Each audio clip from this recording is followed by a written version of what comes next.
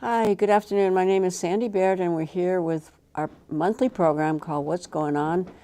And in this program, we try to talk about current events that are very relevant to the modern political scene. Some of those events are international events and statewide events and some local.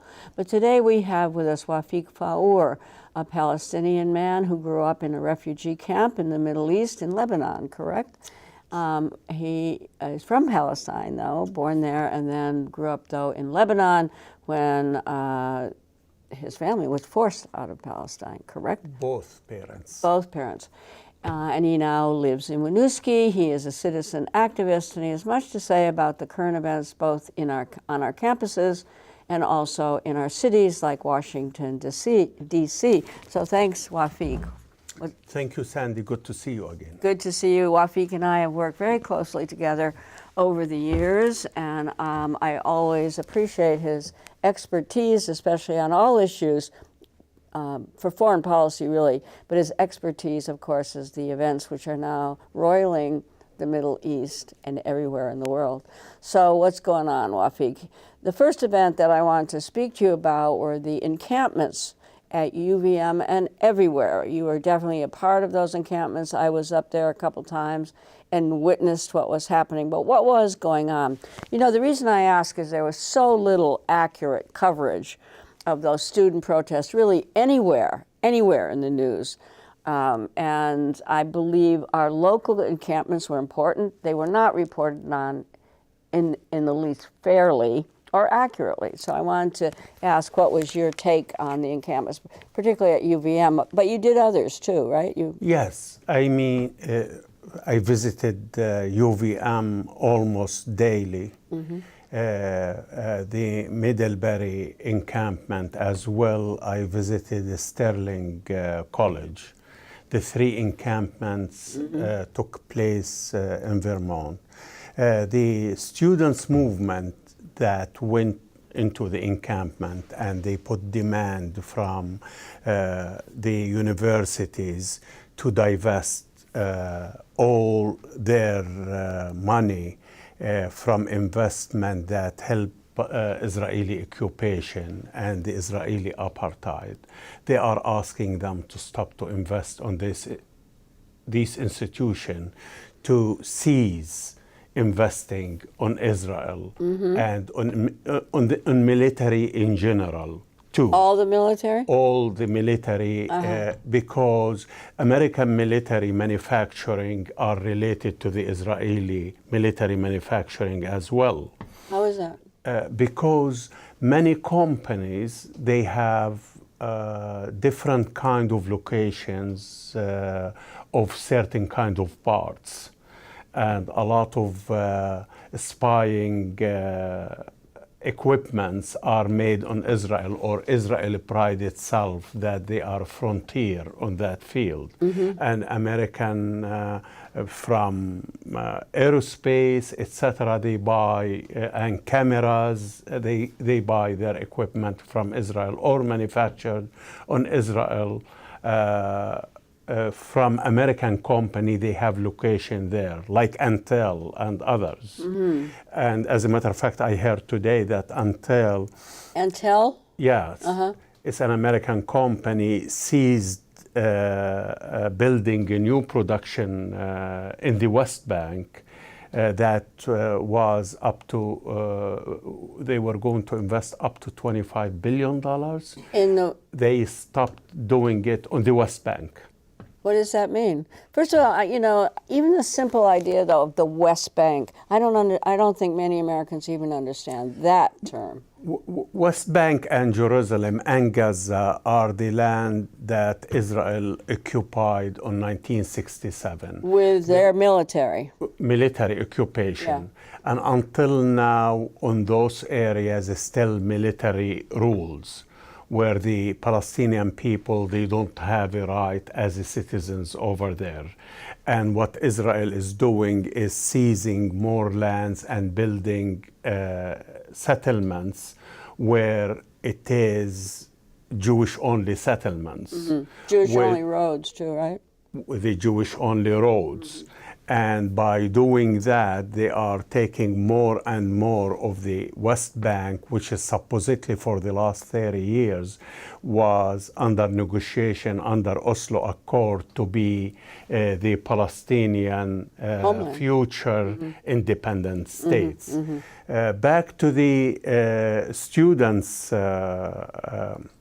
activism, it was the most natural American way if we read the American history, that in 1960s, during the civil rights movement, we saw many American campuses that they did encampment or they took over administration offices on many campuses, demanding equity, equal rights, and civil rights for Black and brown people in here. It happened again during Vietnam War, and the most famous Kent University massacre, where 4 American students get killed at the hand of the American National Guard. Also at Jackson State in Florida, where Black students were killed also. Yes. Same so protests. What happened now, it's the most refreshing of all the anti-war movement in what's happening on the Middle East and what's happening in Palestine, Gaza, and the West Bank. And it is more conscientious even than the Vietnam War, because many people in Vietnam War, many students, got involved because the draft. Here, it was conscientious because of the involvement of the American government on the war over there by sending unlimited amount of support to Israel to continue this genocide happening on Gaza. So the protests are about what? Demanding divestment from any companies, American companies and Israeli companies, that helping the occupation and the apartheid over there. And the current war? In the current war Of Israel against Gaza, essentially. Of course, it's to, but it brought other issues because, let's say, the current war started on October 7, but it is just one incident we're talking about it. We're talking about a historical occupation since 1947, 1948, and creating Israel and practically dismissing any right of Palestinians on that land, you know? So the students' encampment wasn't, divest until this war stops. It was divestment until all the occupation stops and all the apartheid laws in Israel will be diminished. So it brought attention to the core and focused on the problem why wars keep going on and on for the last 76 years. And that war in particular of Israel against the Palestinians, correct? Of course. Yeah. The Israeli genocide against the Palestinians and the American involvement on that genocide. Because majority of the weapons that, let's say, until recently have been used against Nusayrat massacre, which is 3 days ago, or in Rafah on the refugee camps, it was an American weapons, according to the mainstream media like CNN. Yeah, I saw that actually in the New York Times too. Yes. Right. Okay, so there is American involvement, yes. And the American public are now talking about it, and actions like demonstrations or encampment of students are taking place. All right, so what you're saying is that this war did not start on October 7th, but that it is a war or an occupation that has been extending and growing really since 1948 with the creation of the State of Israel, Of course. right? It's one incident of many. On the last 16 years, there was at 16? least 16. For the last 16 years Yeah. on Gaza. I want to focus on Gaza. There was 4 other wars. Israel continue every 2-3 years go and attack Gaza and try to invade Gaza. Why? Well, they put Gaza on siege for the last 17 years. Israel Okay, but pulled Gaza out. is separated from the rest of Palestine, correct? No, Gaza is part of Palestine, and it was occupied territory considered under the international law and American policy. And Israel was there until 17 years ago. Israel pulled out because they couldn't control Gaza, because people were in a movement to liberate themselves. They couldn't control it day to day. So they pulled out from Gaza and they built a whole walls, practically sieging Gaza for the last 17 years, that nobody can leave or come in, nobody can leave or come in without an okay from the Israeli government. So yes, they left Gaza, but they control all the life inside. There is no food trucking can come in without an okay from the government. And that's been for 17 years. For 17 years. All the electricity, the water, and the airspace and the sea controlled by Israel fully. So when they say we left Gaza 17 years ago, why they attacking us on October 7? They control every aspect of life inside Gaza Strip. And in Gaza are Palestinian people. There are over 2 million, Okay. 2,300,000 Palestinian people at least. Okay, so Gaza is on the coast too, correct? It is in the coast and bordering Egypt and part of greater historical Palestine that became Israel And then, in 1948. and it's separated from the West Bank. It's separated from the West Bank. So why has Israel then chosen to continue to essentially occupy Gaza, and why this current war has broken out? Well, if we read from the Israeli officials, we will understand that they have a plan for Gaza, that they've done it over and over in the last 76 years, which is ethnic cleanse Gaza. Push the Gazans toward Egypt. Toward Egypt. Toward Egypt, and empty it completely. Completely. Empty it completely, maybe except small numbers as practically as cheap labor, but they have the same plan to the West Bank to push them toward Jordan as well. It happened many times. That's why when you introduce me as a Palestinian refugee in Lebanon, which is hundreds of thousands of Palestinians get pushed out from Galilee.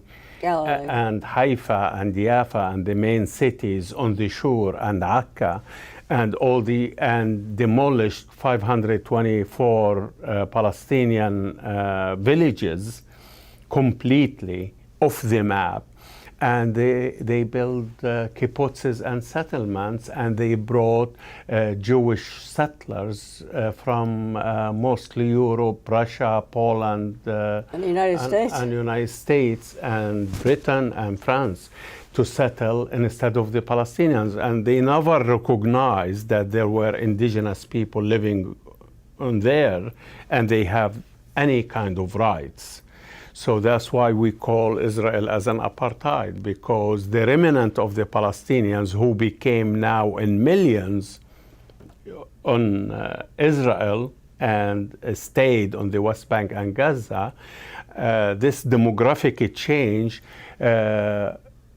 will endanger the idea of a Jewish state or a Jewish and democratic state at the same time. This demographic change where the Palestinians now between the River Jordan and the Mediterranean Sea are the majority on that land. Are they still? Now they are. Still. Yes. Uh-huh. So to keep it as a Jewish state and call it democratic, it's... Okay, but what does that mean? A Jewish state, that only Jewish people are citizens? Exactly when they passed that law, the nation state, which is declaring that Israel is a Jewish democratic state, what does it mean? Right. It means that the other people, the non-Jews, Muslims and Christians and seculars, they don't enjoy the same rights as the Jews.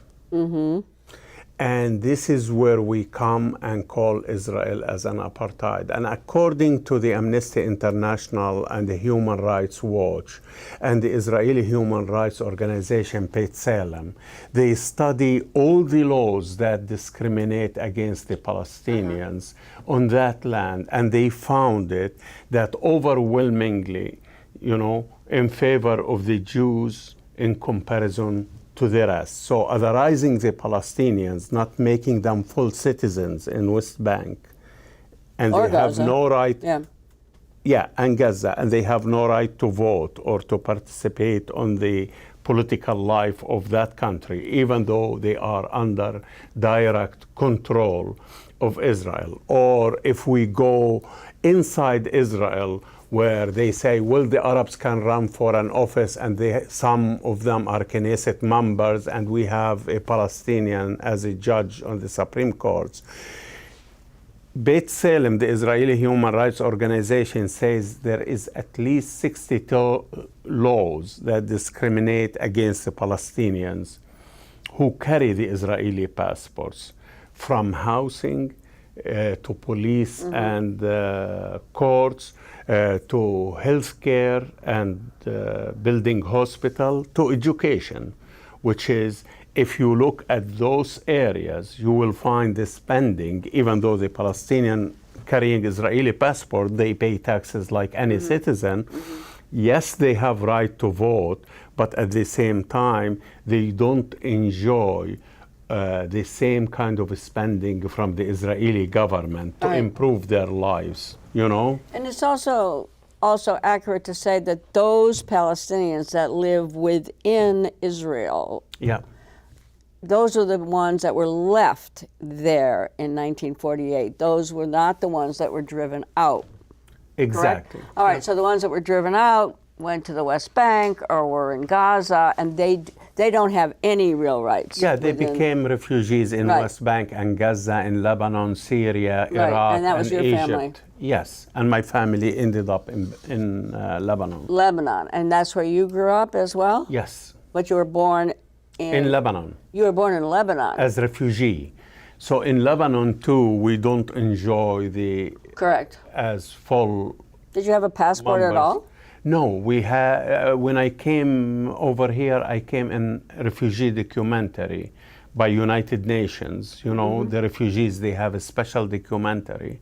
So I came here. Now I have American passports because I'm married and settled here. But you also are a citizen now of the United States, correct? Yes. Right. So, but that's a whole interesting kind of personal story that I'm happy to really relate to our audience, because I'm not certain that many Americans know the history of the region and how it affected people like you, like real Palestinians. Yeah,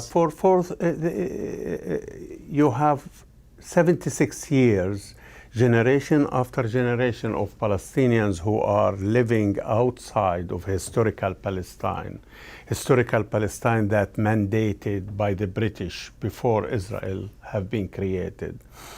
They are living not second-class citizen. They don't have many rights, including certain kind of jobs. They have to have special papers to work on any jobs. We don't carry the ID of the people of that country, if it is Lebanon or Iraq or Egypt. Travel documentary are refugee documentaries, so most of the countries will not welcome us, because if they get deported, where to get deported, you know? Yeah, where would you have been deported to? Yeah, I mean, usually to Lebanon, but at one point, Lebanon refused the Palestinians to come back, even though they born over there, you know. Certain kind of jobs we cannot attend, we cannot own. If you buy a house now in Lebanon, or you open a business, it has to be registered under Lebanese citizen. And we're not Lebanese citizens, so any You're kind not citizens of anywhere. yes, so you have to register it under somebody from that country, and it goes to the rest too of those countries. Each country has their own laws, you know. Right. So they are less discriminatory in Syria against Yes. the Palestinian. You can join the army, you can part of life, you can register, you can be a doctor, and you can be anything you want, but you still carry refugee documentary. You know, you have better rights in Jordan even, which is a big number of the population in Jordan are Palestinians. But it doesn't mean we are equal citizens to those countries. Can you vote? We are, Can you vote? Could you vote in Lebanon? in Lebanon, no. No, you cannot vote, you know. And they have a strange way of voting mechanism, even though they call themselves democracy, because it's allocated to the sectarian division, not to one person, one vote, you know? All right, so this occupation by Israel was extended in 1967 in the war. Yeah, I mean, Israel between 1948 and 1967 was on certain kind of map. The West Bank was mandated by the Jordanian then, and Gaza was under the Egyptian. And on 1967, both they lost the war, and chunk of their lands as well. Egypt lost Gaza and Sinai, you know, until 1973, and later the what called Camp David Accord, you know, or agreement. Now come back on here, we are living, or we are bringing the Palestinian question on different light. Right. After that, the people, the world saw what's happening on Gaza. Yeah, and what this is happening? continuous genocide. Right. It's a daily killing. Well, what's the deal with the October 7th? That's what the Israelis are saying, that they're responding to an attack, correct, by a terrorist group, Hamas, on October 7th, which the Israelis say justify their war and bombardment of Gaza. Can you talk about that version of the event? Yeah, it's two misconceptions have been repeated on the mainstream media, and a lot of people are confused about. One is as if the history of that region started on October 7. Nobody asked her the question what happened on October 6, what happened on October 5, October 4, and 75 Octobers before, you know. The second thing, the Western media and the American media, they keep calling all the resistance of the Palestinians in Gaza or anywhere opposing Israel occupation, Hamas. They are marginalizing the Palestinian people liberation movement in one group. And what's Hamas? They called Hamas. Hamas is a national liberation movement, the main base of Hamas in Gaza. And started on 1987 I believe, after the first Intifada. The Intifada mean rebellion, right? It means uprising. Yes. Okay. Yeah. Against so the Palestinian Israel. Yeah, the Palestinian Intifada was unarmed rebellion against the military direct occupation to the Palestinian land, mainly on West Bank and Gaza. What happened, Hamas started after the death of Palestinian laborers by a tank, Israeli tank, went over a whole car, bringing laborers back home. And Israel didn't care about this death because it was happening a lot. That brought anger to the people in Gaza. And the creator of Hamas met, supposedly, this is what the history tells, met on Sheikh Yassin, the creator of the group, which is, he's a Muslim imam for a small mosque. He is a handicapped man. And they decided that this is not the way we're going to live anymore.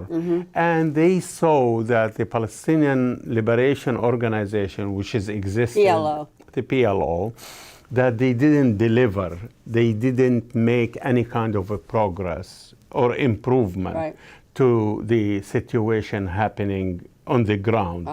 And for that, they tried to bring alternatives. There is not much different between Hamas, Fatah, the PLO, many organizations. All of them, they are in Gaza fighting along with Hamas.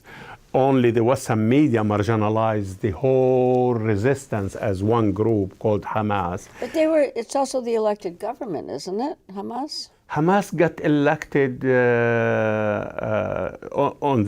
in 2006 when the election happened in both West Bank, Gaza, and Jerusalem. Hamas won. But because of the rejection of Israel and the U.S. of Hamas to take over the government, that the Palestinian Authority rejected to give the prime ministry to Hamas. And this is one of the division on the Palestinian family or the Palestinian community, that Hamas and the PLO are, or Hamas functioning not under the umbrella of the PLO, which is considered the sole legitimate representative of the Palestinian people. Even though they weren't elected. Even though Hamas was elected, correct? Even though Hamas got elected. And since then, there was no election happened. And if you're going to do the election today, Hamas will win. Yeah, but they have been labeled a terrorist group. So the attack then, it appears to me, on Israel on October 7th, the Israelis and the Americans said that that was a terrorist attack on Israel and that Israel had the right to defend itself. That is what the media here says, correct? This is what they say, but I mean, they put Hamas and Jihad Islami, other organizations, on the, they get blacklisted as terrorist organization. Well, before them, the PLO was on the terrorist organization. Yasser Arafat was on the terrorist organization. Nelson Mandela was on the terrorist organization. The leader of South Africa. But we believe that struggling for self-determination, you have the right under all the international law. If you are under occupation, to resist, you have to resist by all means. You know, Palestinian people getting killed before October 7 every day. Nobody asked, like in October 4 in the West Bank when 4 Palestinians got killed. You know, nobody talks about those people got killed. In 1923 until October 7, over 200 Palestinians got killed. From what dates? On the year until October. Okay. in 2023, over 200 Palestinians got killed. It was a daily. Okay, let's say Hamas is wrong and October 7 was wrong, etc. And now Israel is fighting Hamas on Gaza. Well, that's How about the 500 Palestinians get killed in the West Bank where there is no Hamas? Right. Recently. This is from October 7. Uh-huh. From October 7. Okay. How about the 7,000 Palestinians get arrested there? You know, On the West Bank. on the West Bank. How about the Palestinians who are not only living in fear, many of them get arrested with Israeli passports, you know, and they were not allowed to demonstrate on the streets with Palestinian flag inside Israel, you know? Okay, so I believe I'm getting from you that this attack on October 7th was resistance. It's a resistance. Again, And they right. took hostages, yes. Majority of those hostages are from military settlements around Gaza. And they asked immediately, and still the demand is the same, didn't change 8 months later, that we'll give you the prisoners, the Israeli prisoners, on the hand of the Palestinian resistance who took them. And if you release Palestinian prisoners, which is, they have been living in the most miserable situation, unhumane situation for years and years. The prisoners that Israel has. Palestinian prisoners on the Israeli jails and prisons. All right, so there's another fact I think that the American media is not taking into their estimations of what's going on. And that is, there was an attack on October 7th. Okay. But let's talk about the Israeli response to that attack. That's a whole other element of self-defense, that if you're going to act in self-defense, it has to be proportionate, doesn't it? That's a big if, number one. But I would like you to comment on the response of the Israelis. I want to make 2 points, because Israel is responsible over Gaza. All the gates, all the borders, if we want to call it 2 entities, Israel and Gaza, as 2 different entities. Israel is still control every single administrative and borders, air, sea, you know, like Palestinian fishermen are not allowed to go farther than 3 kilometers from the shore to fish, because Israel law, it says so. Israel digged already for gas on the Gaza Sea, you know, and getting natural gas from there. Israel control all the border points where trucks of food comes in and out. Israel control the registry of Palestinians. Israel, and they successfully did, they control the electric power and the water, you know. They control everything. To say they have the right to react the way they are reacting, no. You are occupying that country under international law. If you control that country, you don't have the right to go, regardless the reason, to go and kill its citizen because thinking is self-defense. So I disagree with the idea that they have right of self-defense. You know? It seems that every time I watch anything on this subject, except Amy Goodman with Democracy Now!, that is the constant argument of the American media, that they have a right to defend themselves. Why, however, is not that last point brought up? If you read even religious discussions of what's a just war, the old Catholic discussions about what makes a just war, it always has to be, any attack has to be responded to in proportion to that attack. And I just did a case in court where that's a key element of self-defense, that you can't overreach. And look at the death numbers in Gaza, 36,000 and counting today. The numbers reach almost 40,000. Right, today, right? Or as of today. Coming, and there are a lot of people are missing. Correct. And there's been no stop to this. And destroying 12 universities completely. Right. Over 320 schools, all the hospitals. All of them now? All of them. There is one, and they ran out of fuel just 48 hours ago. 2/3 of the people get killed are women and children. And yet, but it was a decision from the Israeli government with support of majority of the Zionist Ashkelon on that government. No food, no water, no medicine, no electricity, no fuel, you know. It is genocide to force the Palestinians to leave. This but there's is no the place whole idea. they can go. For the Israeli mind, and this is until now still danger, by controlling Rafah checkpoints with the Egyptian, that we're going to transfer them to Egypt. Always the idea of Palestinian transfer, you know, it's on the Israeli military agenda.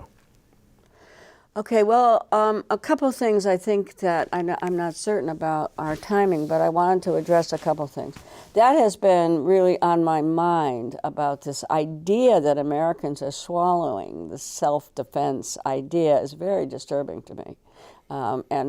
And I believe it's because the media has been so unwilling to even educate the American public, to even state the barest of facts.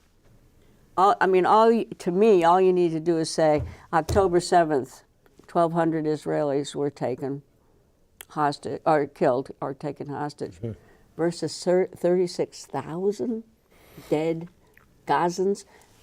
A complete destruction of any kind of economy, education. 80% of housing have been lost, you know.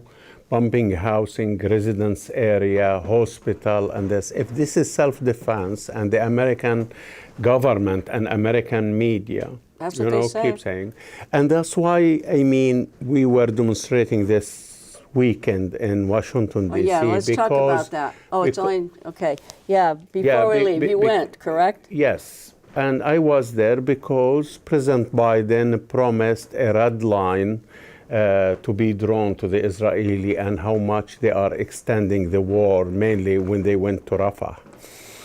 And we are seeing the red line are moving, and he's accepting the actions of the Israeli. So we want, as American citizen, to Washington, D.C., wearing red and having a red line around the White House, 2 miles, with the names of the Palestinian martyrs. And to tell the American administration, no, we as people of this country are the red line, and we can draw the red line. And about 100,000 people showed up in a very quick call in about a week from all over the country. And at the same time, we are telling Biden that we're going to be in Chicago on the Democratic Convention. I hope we all are. Yeah, to put Palestine as a domestic issue, and it's an American interest issue, and he cannot be siding with Israel regardless what the Israelis do, and giving them unlimited weapons. And it's coming from the European countries, mainly the British, the French, German, and United States. And there is a responsibility with it. You send the weapons, you are killing children, you are killing women, you are destroying hospitals, and this is what America, and this is what they are standing for, and the rest of the world are watching. So Okay, thank you so much, Wafic, for going too. It was a Thank you. tough trip, right, on a bus. It's a long trip. Yeah. And you are exhausted by all this, I imagine? I would be. I am tired but very hopeful that the American people will understand what's happening and things are changing. And on to Chicago, right? And to Chicago, and we're going to make a difference. To the Democratic Convention. Inshallah, yes. Okay. All right, well, thank you so much for being with us, Wafic, and for keeping on this incredible struggle as you have been for years. Thank you. Thank you.